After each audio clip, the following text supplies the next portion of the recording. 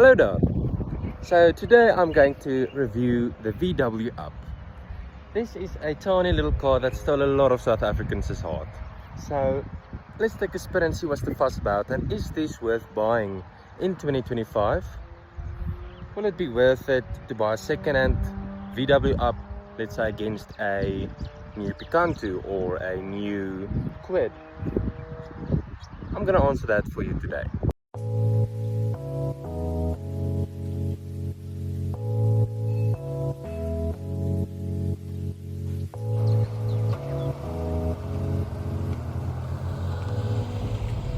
So this is obviously not a car that is cheap for the segment it is in, but luckily the price has dropped because Volkswagen has discontinued it.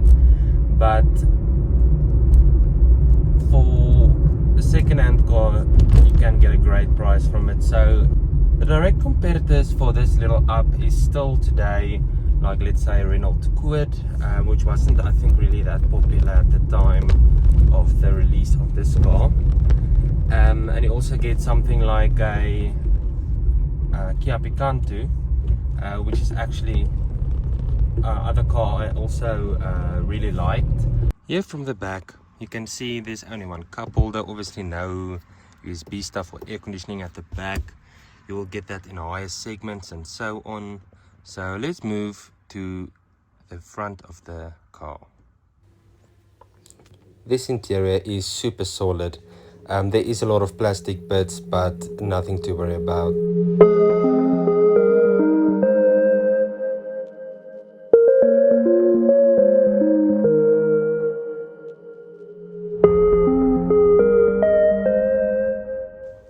There is no leather wrapped steering wheel. There is some plastics, but a German plastic is different than a plastic you'll find in such as a Renault Quid. In a Renault Quid you can feel it's cheap. In this car there's unfortunately no multifunctional steering wheel, but you do get that in the Move Up and higher spec models. You will also find some VW Ups with a sunroof, which might be a big deal for the young drivers of today. Looking at the infotainment system, it is a very tiny screen, and unfortunately it's not a touchscreen. But we'll get into the infotainment system in just a bit. But it is good to keep in mind that it does have Bluetooth connectivity, and you can also call through the infotainment system.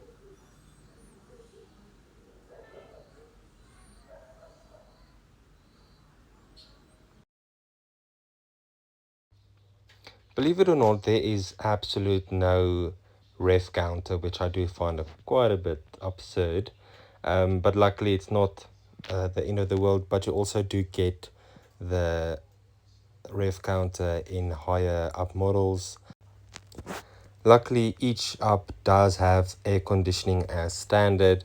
This is actually a very great aircon. It makes super cold, super hot. It's definitely a great interior for the price. On the road this car does look very venti. The legroom at the back is very questionable. I am over 6 foot, so it's definitely a squeeze for me to sit behind me.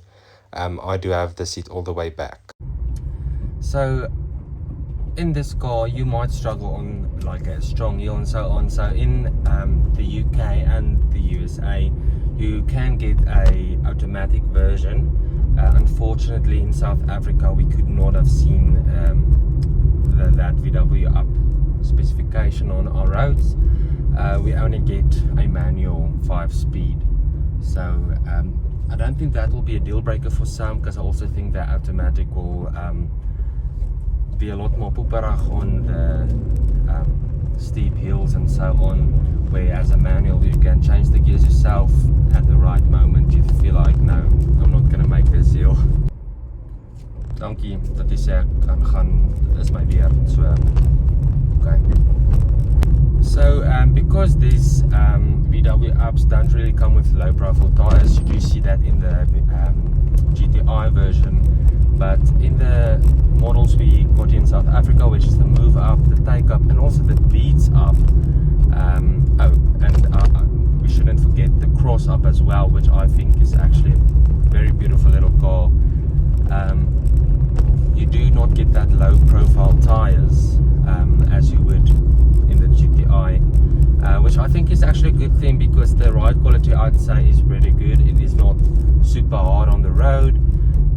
It feels rather soft. Some bumps you might be like, the quality of plastic in a VW is different than a plastic in, let's say, a Renault. Like, you will feel you're on in a cheap car if you're driving a quid.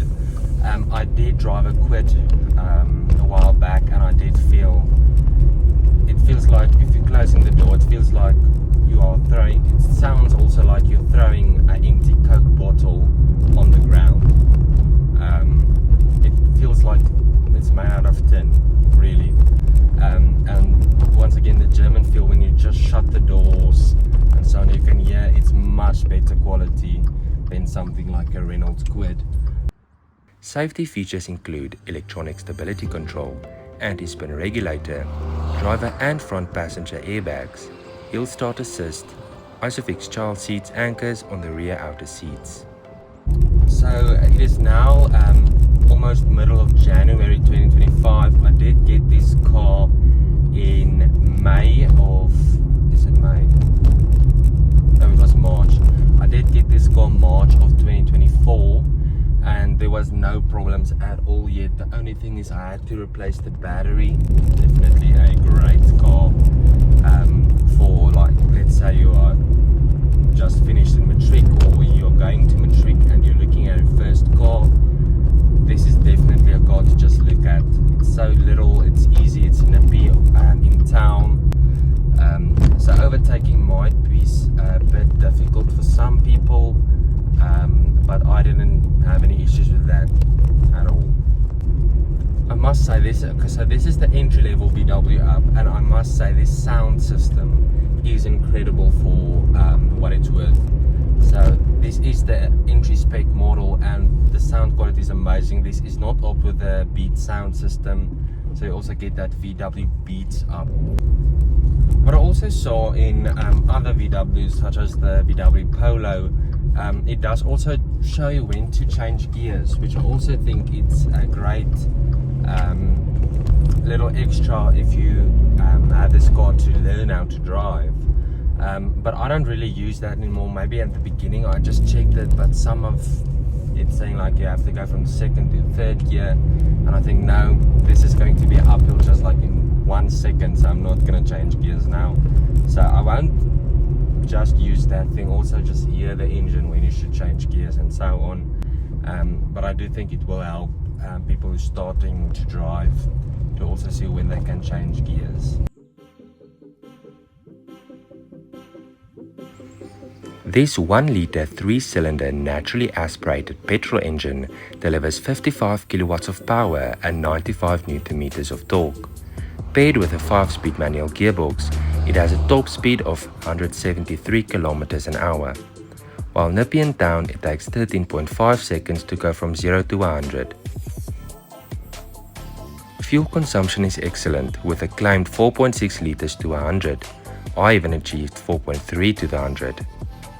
Although there is no touchscreen, navigation, trip computer or rev counter, VW solves this with the Maps Plus More app.